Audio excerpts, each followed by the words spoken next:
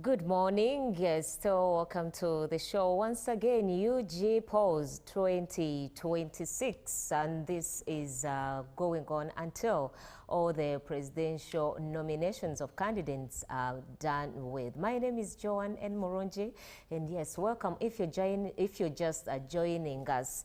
Now today I'm with Ambassador Henry Maega, who is a diplomat and analyst. But before we dive into what he has to tell us to discuss about what has happened today, earlier on today, we saw the first presidential candidate who has been certified and duly nominated by the Electoral Commission here in Lubowa, or you can say Reza. And he arrived at around 9:55, and the entire process took about 20 minutes. He was in the company of the First Lady, MUSEVENI. I guess you now know who I'm talking about, and none other than the incumbent president, His Excellency Yoweri Kaguta Museveni. Today, the Electoral Commission hopes to nominate other two candidates who are Elton Mabirizi and Robert Kasivante of the Conservative Party. In the Electoral Commission, from Justice Biabakama, who is the Lord Chairperson for the EC, he said they received over 225 aspirants, but then managed to scrutinize at least 41. But as we speak, only 5 political parties have been approved to come and be nominated, and those include the NRM and also the FDC, National Unity Platform, in National Peasants Party and the Conservative Party. So those ones are so far the parties that have complied to the requirements of the Electoral Commission.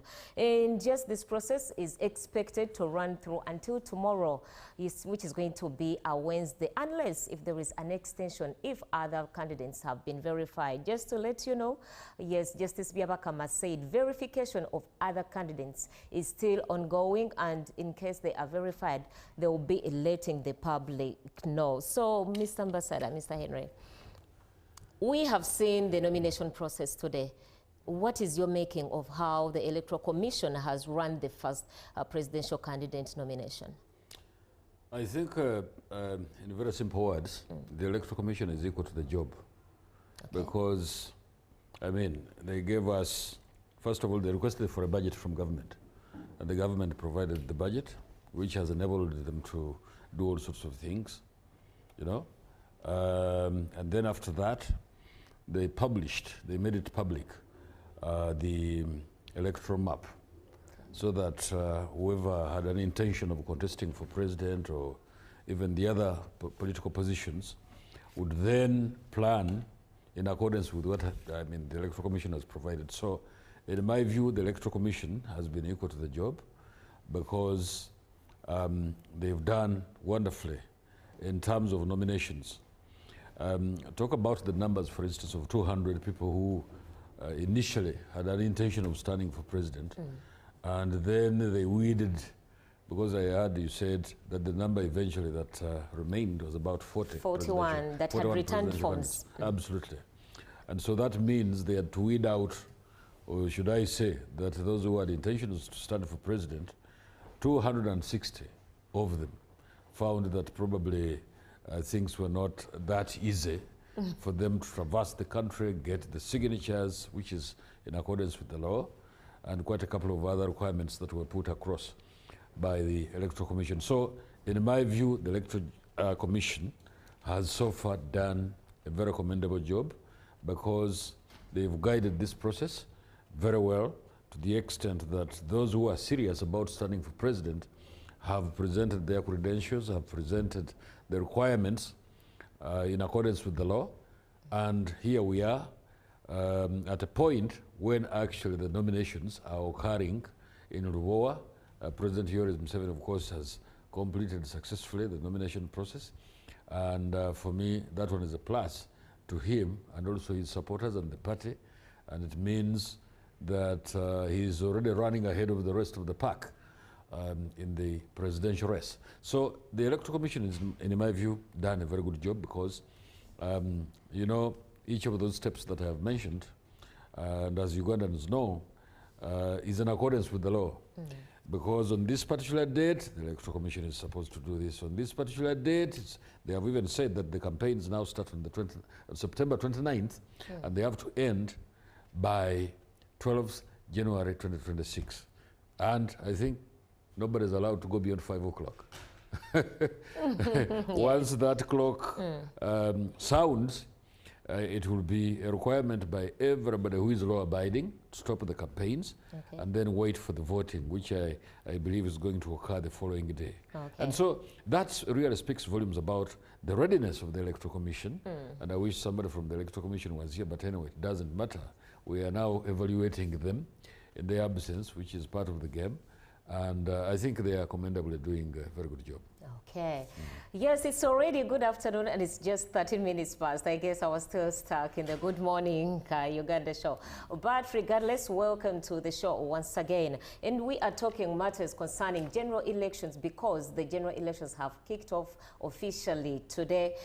They are in Lubowa with the nomination of the presidential candidates come 2026. Now, Ambassador, according to Justice Byabakama, he says they are going to give each candidate equal treatment, or they're going to treat them fairly. And from the previous campaigns and elections, some other candidates have actually accused the EC of being a bit partisan and also not treating them fairly or treating other candidates more favorable compared to these ones. Do you think the EC is going to attest to its commitment, because it's its mandate to carry out fair elections?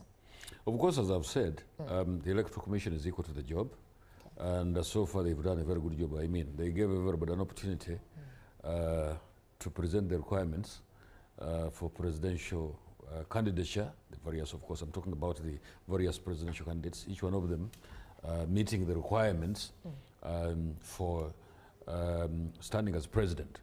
And of course, the rest is history. President MUSEVENI has already been nominated. Now, I understand there are 2 others who are coming to present themselves before the EC. And so I can see, of course, there's the argument that the President MUSEVENI has been presented with a security vehicle. I'm sure that is going also to apply to the rest of the candidates who are going to present themselves before the EC. It's a requirement that they present that. And I don't think the question of preferential treatment is going to rise in as far as, you know, facilitating the various candidates that we have on our political canvas. And in my view, that is already something that is very good for the country, so that they now start from a clear slate, and each one of them is not complaining. But of course, people are going to say that the President here in MUSEVENI has got a security detail already. Yes, he is, but the law says that each presidential candidate has to be given a security vehicle, and so everybody has to be given, including President Yoweri Museveni, who already has. Of course, the rest of the presidential candidates might be having private security details. Yeah, fine, which is okay. President Yoweri Museveni is still the incumbent. We shouldn't forget about that. Given the fact that he's still running the country, it does not mean that he has forgotten all about his other responsibilities. He runs the country until the elections next year. We shouldn't forget about that. And therefore, because he's still running the country, the benefits of incumbency set in. And that means that his security detail has to be provided, his travels have to be provided for, he's still carrying out the duties of state as it has been in the past. It's not that it's going to lessen those, unless people in this country decide to change the law and they say, okay, if somebody is going to contest for president, if he has been an incumbent, then he steps aside. But as far as the law in the land says, the president is an incumbent and he will continue as long as the law still states so. He will continue to be president and he will continue to run the affairs of state to the latter. And so if that now translates into preferential treatment because he's president already, it's because of the law. If people wish in this country in the future, then they can change it. But without changing it, he's definitely going to still have the benefits of incumbency. And for me, I don't have, I think, a very big problem with that, because in the African continent, you can cite quite a number of examples of where I've not, for instance, had an African country, even in the US, by the way, it is the same story. For as long as somebody is still president. You remember Biden, when he was president, he was, of course, he had to jump out of this, but he still ran the country as president until after elections when Trump came. So it's not only applying here, and these things are not falling from sky. It is something that is happening in quite a majority of countries, that when somebody is an incumbent, you still have to enjoy the benefits of incumbency until after elections. So it's good that the Electoral Commission chairman has come out very categorically and said that there will be no preferential treatment. It's kind of an assurance to whoever is taking part in this contest that we are not going to prefer anybody when it comes to standing for president. It's going to be equal treatment, at least from the Electoral Commission. Preferential treatment is out of the way. Okay. Everyone has to be treated equally. Okay, today Justice Vyabakama went ahead and emphasized to the aspiring candidates that they should physically be present, just like President Museveni has done. And upon successful nomination, candidates who would want to meet, their supporters, they would go ahead, but should comply with the traffic guidelines. And also those who would want to brief the media, there's been a designated area which they have referred to as the media center there in Lubowa, for those who would want to say something to the public through the various media houses that are available or that are present. And Ambassador, this brings me to you. The Justice appealed to candidates and also the supporters to be respectful, tolerant, and also to abide by the guidelines stipulated by the Electoral Commission. And the fact that we had the November riots and everything that was in the previous campaigns, when you try to use your binoculars, do you see a rather more peaceful campaign or elections compared to the previous one? Well, unlike some people elect to go against the law is very clear. The campaigns are not open, by the way. I hope all Ugandans agree. Oh, yes. I don't know about that. They are not open. According to the Electoral Commission, it says that campaigns will begin on the 29th of September. So if somebody, for instance, leaves the site of nominations and they choose to go in some place and they carry out a campaign, that will be illegal. And so if somebody finds themselves on the wrong side of the law, which by the way is punishable, including probably a possibility of cancelling the nomination, your nomination, so they will be themselves to blame, because the law is very clear. So when it comes to observing the law, observance of the law, I think it is incumbent upon, and I'm happy that President Museveni is going to keep to that. Of course, I want to believe that the rest of the candidates will also do the same. It's extremely important for everybody to know. And that supposes, and I'm seeing it even for the first time, that after the nominations, people are going to, they have been provided with an area specifically for the press to fire questions and also to listen to the general statements that will be made by the candidates. That one I've not seen before.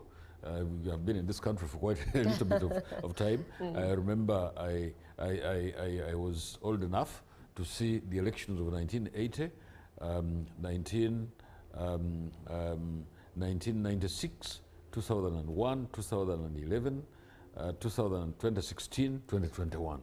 I've seen all those elections, but I've not seen this kind of arrangement before, that after nominations and somebody is provided with even the security vehicle, by the way, and they're provided with, the area is there where they go and talk to the press, free publicity for you.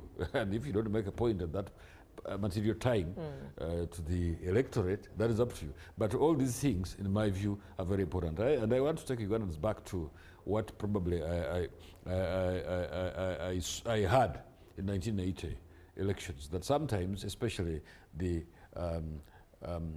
candidates that were standing for member of parliament, who would, on their way to go for nominations, would be stopped. They would meet with roadblocks, and then people would be stopped from the nominations, and then somebody probably preferred by the system would go unopposed. I'm not hearing all those kinds of things. What I'm hearing now is that people are successfully accessing the nomination centers and so on and so forth. And so I want to believe that so far so good, and It should be really a priority by everybody, including the candidates themselves, to make sure that they observe the law so that they don't cause friction with the security forces, because the security forces are there and they will keep the law. And should you go against the law or try to cause confusion, for instance, if you choose to go to the Central Business District after nomination, then it is you to blame if you meet with the security forces and they stop you and probably even put you in. And so there are also those kinds of consequences that come with misbehavior. And I want to believe that people are going to behave well. Okay. Looking at the 20 million non-refundable fee paid by those who have been verified by the Electoral Commission to aspire for being presidents, some argue that this amount is a bit dubious.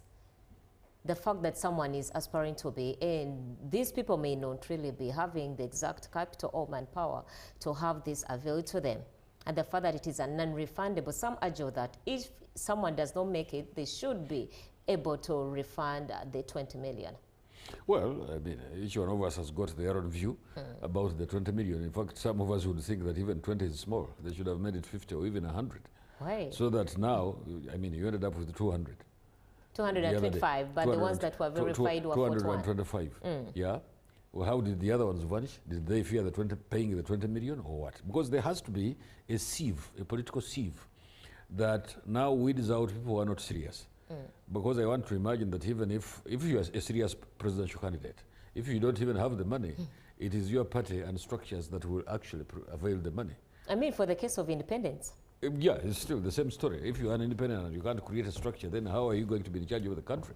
It means, and in politics, what matters is having a structure.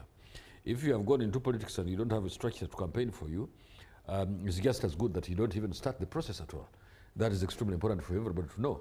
So it is important for us to appreciate the fact that there should be really a kind of a political sieve that weeds out some people who probably would have turned the thing into comedy like my colleague was saying, who was here, Honorable Sebalu. You turn the entire process into comedy. You just want your name probably to be floated around so that you can be, you can do some little bit of showbiz. It's not about that. This is serious business. When you go to stand for president, it is very serious business, and it's only serious people who should go there, so that at the end of the day, we end up with serious people contending, so that we can now measure their manifestos. Because each one of them, I'm sure, those who are serious are going to write a manifesto that for me, I'm going to do these kinds of things and so on and so forth. I'm going to do the roads, I'm going to do the health, I'm going to do the education, I'm going to do the security, I'm going to do... And unfortunately for many of these people, President MUSEVENI has really surpassed, in my view, what is probably can be referred to as average performance. Because I mean, when it comes, for instance, just as an example, when it comes to security credentials, I don't think there is anybody who can beat President MUSEVENI when it comes to having the security credentials. And why am I saying this? I'm saying this because we know where we are coming from. We know the political instabilities that we had before he took power. We know the insecurities that we had. We know how elections were not predictable and regular. And it is MUSEVENI who has done that, because every 5 years we know we are going to have elections. And I just like in the earlier session in the morning, I was giving an example that from 1962 to 1980, a period of about 18 years, so to speak, we didn't have elections. But even when the elections came in 1980, they were disputed. And President MUSEVENI and others chose to go to the bush in order to correct the political mistake which had been committed. And the subsequent election. So when President MUSEVENI comes on the scene, he changes the trajectory of politics in this country completely, to the extent that we now have regular and predictable elections after every 5 years. Every Tom, Dick and Harry can present themselves, they can present their manifestos, they can present whatever they want to sell to the Ugandans in order to be elected. For me, that one is a change for the better for the country.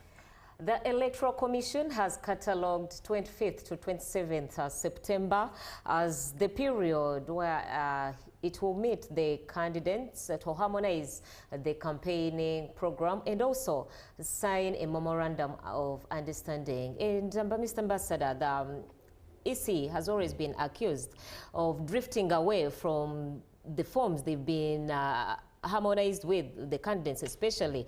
For example, the previous elections, the National Unity Platform accused the EC of having fronted something a bit contrary to what they had agreed on.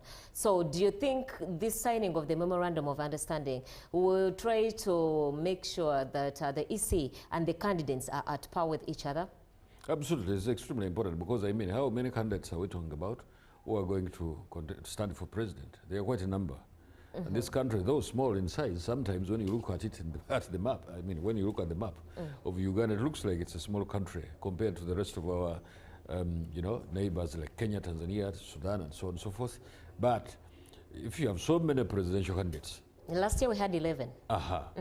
And I don't know how many we're going to end up with. So far they've confirmed 5. They have confirmed 5, but the numbers are still rising. So if, for instance, I say I'm going to be at Kololo, and then 2 or 3 other candidates say they will be at Kololo, then it brings a clash. And you know, we are fond of having processions on streets and so on and so forth. I don't know where we got that idea. I think the important thing is for you to go and listen to a candidate and you say, okay, what is he talking sense? But you know, people want to do processions and so on and so forth. But anyway, they can't be condemned for that. So this meeting and the signing of the MOU, the Electoral Commission is talking about, is extremely important so that we don't have those clashes. We can avoid them as much as we can. And I think the Electoral Commission is learning from the past experiences that there were those mistakes that were committed, and correction, or taking corrective measures to make sure that we don't repeat the mistakes that were made in the past is again a plus for us. Otherwise, the Electoral Commission would have decided to give programs to each one of these candidates. That for you, go to Karamoja, the other one go to Kigeza, and so on and so forth. But they are saying, okay, for purposes of even making the process of coming together as candidates for president, let's sit together so that we can democratically decide who goes where, at what time, which date, and so on and so forth. Extremely important. For me, I don't begrudge that kind of step. It's good that actually the Electoral Commission has gone ahead with it. So that these people can harmonize their programs and there shouldn't be any clash. And how I wish that this election, 2026, becomes the best organized ever this country has had. And I believe that if Ugandans decide to do so, it will. Okay. The Electoral Commission is availing national voting registers with the candidates, though on soft copy. For matters of transparency, do you think it's going to be promoted or still it's a wastage of time? I'm seeing it again for the first time. And you know, whatever round of elections this country goes through, we learn lessons. Okay. The President here MUSEVENI, for instance, has been talking about the use of biometrics so that rigging is completely weeded out. And there are so many other things that you can do in order to fight rigging so that somebody wins or loses fair and square. Extremely important. So by coming out with that soft copy of that thing, it is now becomes incumbent upon all presidential candidates and by extension even those who are going to stand for MP and local council positions to know that in this constituency where I'm going to stand, in this country where I'm going to stand as president, in the district, local council, and so on and so forth, where I'm going to stand, these are the numbers of the voters. So that Joan is there, another one is there, and so on and so forth, with their ID numbers. So that you can now then plug that thing into the computer and you get to know exactly who is in which constituency. I've never seen that level of transparency. I'm seeing it for the first time. Actually, Simon Biabakama has done a commendable job. I've not seen these kinds of things before. This is an improvement over the elections that we've had in this country, and I've been in this country for quite long enough. I know what has been happening. I have not seen many of these things Biabakama is doing. Like it the ones which, yeah, absolutely. I've not seen them. Okay, speaking about the Memorandum of Understanding, personally I would think that these candidates would have been consulted before they are told to sign, because they have no option once they are presented with the Memorandum of Understanding apart from signing it. Don't you think it would have been better if they asked for their views and proposals before it is actually written down or entailed? No, you see, sometimes when you over-democratize, you may cause a stampede. You over-democratize, it's like you have a home and you have your household members, and you know the level of your pocket, that probably the budget is this, and then today what shall we eat? Is it beans or meat, and so on and so forth. Every other time you're consulting what should be eaten. Sometimes you can take the bold step and you say, these are the requirements for, for every presidential candidate and members of parliament, and they have been proven. I'm sure they're not things which are falling out of the sky. I'm sure the Electoral Commission probably most likely has done the due diligence to know exactly what applies and what works. And that's why they are coming out with this memorandum of understanding that, please, when I'm in this, I'm having my rally here, don't come to stampede us. I'm sure those are part of that MOU people are going to sign. Because it then commits whoever is involved to make sure that they don't stampede others. It is incumbent upon all those who take part in those elections. The Baganda have a very good saying that Kasa wetaba mumazina genchima. Then I mean the tails are going to touch, because there is no way you're going to be in a monkey dance, and then because they have long tails, they will touch each other and so on and so forth. So extremely important that there is order when it comes to whether processions, whether rallies, whether travels, whether media programs and so on. For instance, if the NRM, I'm just giving this as an example, the NRM books UBC at 10, and 2 or 3 other parties also book UBC at the same time. How are you going to juggle that and ensure that there is no clash between these presidential candidates? So I want to imagine, I've not looked at the MOU, but I believe that the MOU idea has been mooted in order to harmonize, as they've said, to bring order to the process of campaigns and the rest of the things that are going to be associated with those campaigns.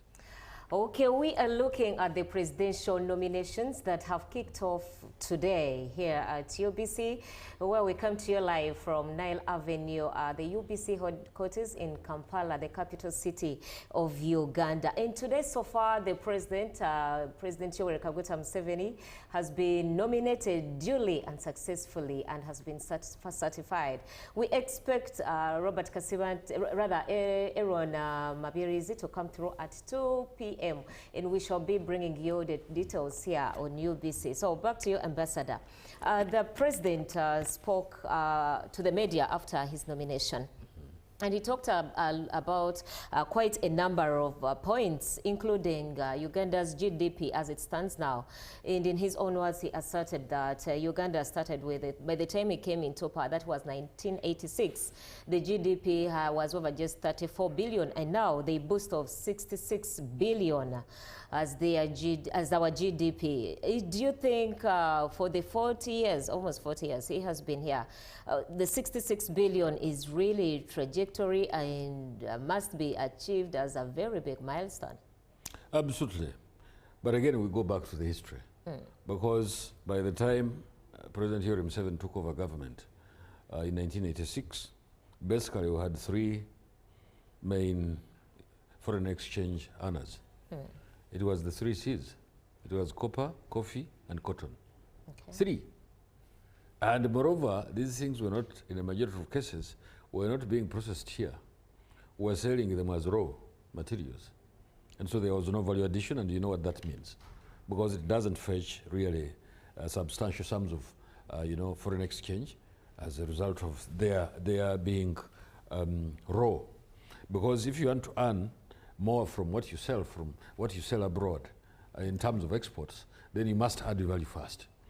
But President Yoweri Museveni and his government took it upon himself, and is of course the government itself, to ensure that one, even those 3 can be, there has to be value addition to each one of those.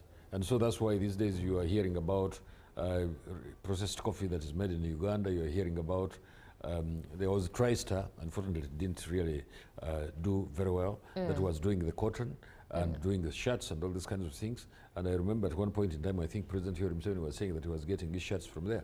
These white shirts I think he's wearing probably are from TriStar. I don't know, I need to confirm that. But I mean, we had only 3 C's, the copper from Kilembe, and I hope that the Kilembe mines are not depleted, the copper is not depleted from that place. I don't hear about any mining of copper anymore in that part of the world, part of the country. And so there were 3 C's. So what does President Yoweri Museveni do? he actually takes it upon himself and his government that they should diversify the economy so that a number of things can be manufactured here and then exported out of the country. And that's why you're now seeing a lot of industries being, being built, a number of faculties being built. And there was a time again when President MUSEVeni was not in power, before 1986, when many of the things that we manufactured things were coming from Kenya. We didn't have, for instance, just as a basic example, there were very few companies doing bread.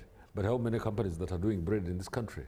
And there was no butter making in this country. We now have Lato and quite a couple of other things. We have honey being produced so much. And all these things are not only for internal consumption in the country, they are also for export. And we're exporting to the DRC, we're exporting to Sudan, we're exporting to a number of countries, which is extremely important because we're earning an income as a result of that diversification. Okay, we are still talking matters of presidential nominations. Now, Timothy is in Reza. Let's see what he has to tell us what is happening over there. Welcome back to the nomination center here at the Electoral Commission's official grounds that are in Lueza. We have just received the second candidate, John Elton Mabirizi, who is here with us.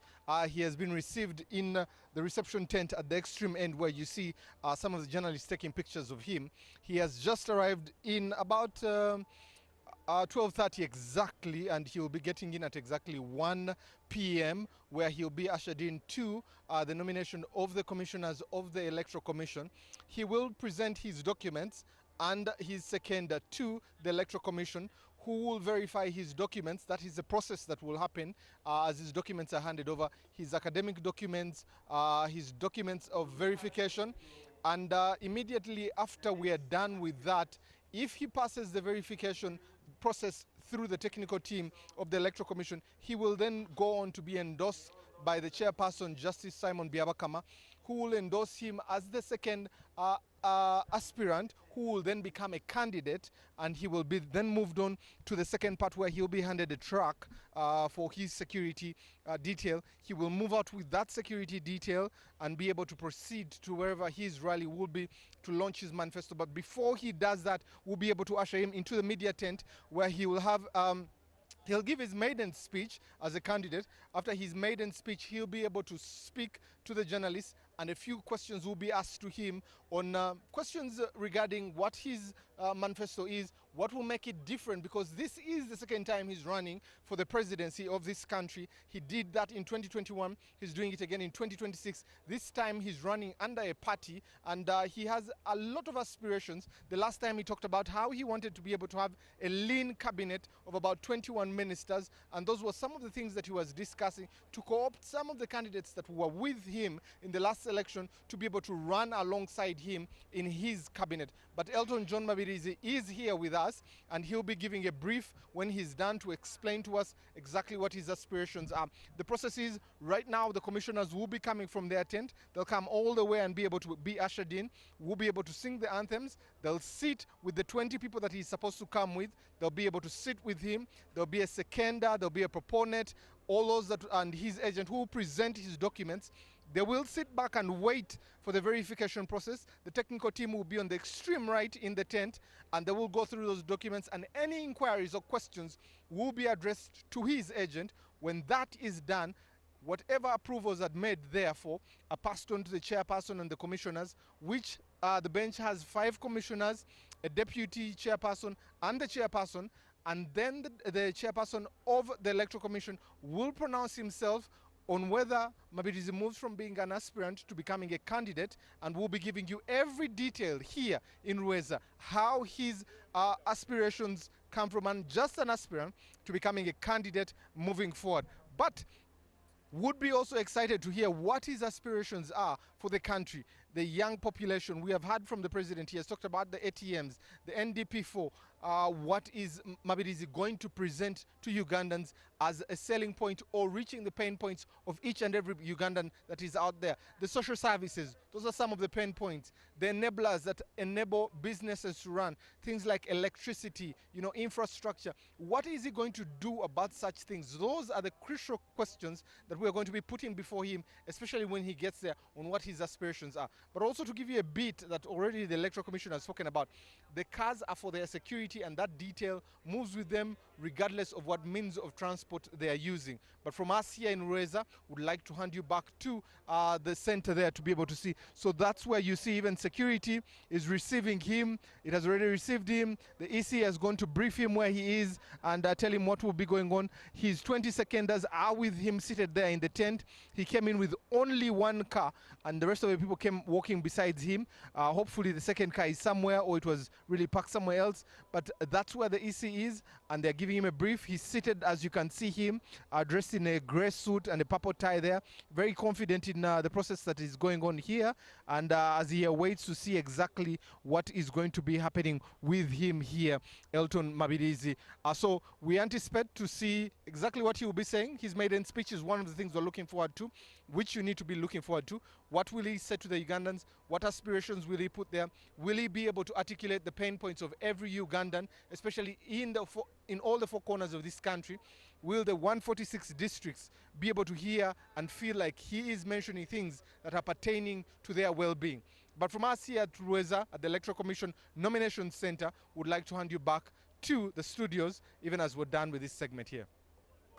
Thank you so much, Timothy. Yes, indeed, the Electoral Commission stipulated the candidates are only allowed 20 people and only 2 vehicles inside the premises of the Electoral Commission. Just like earlier on, we saw the NRM party, they only used a minibus for the other people and only 1 car for President Yoweri Kaguta Museveni. Ambassador Henry, please tell us your final remarks as we head to the newsroom.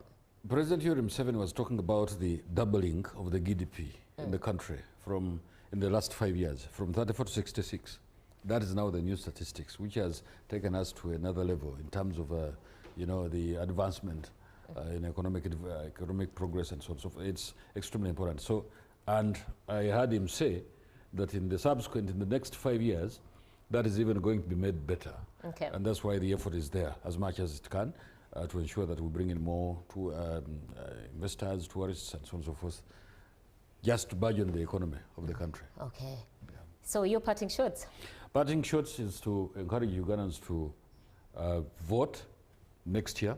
This business of saying that for me I'm abstaining and so on and so forth, yes, I know it's your right, you can abstain. But then when you abstain, people are going to choose for you. And then you don't have to complain after they've chosen for you. So you take part in the elections. Even if your candidates don't go through, fine, that's okay. You would have practiced your right, your privilege to be a Ugandan voter. Okay. Absolutely.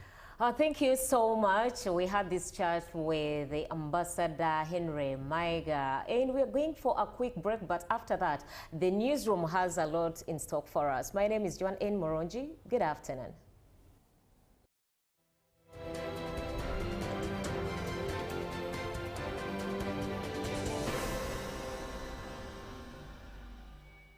Exercise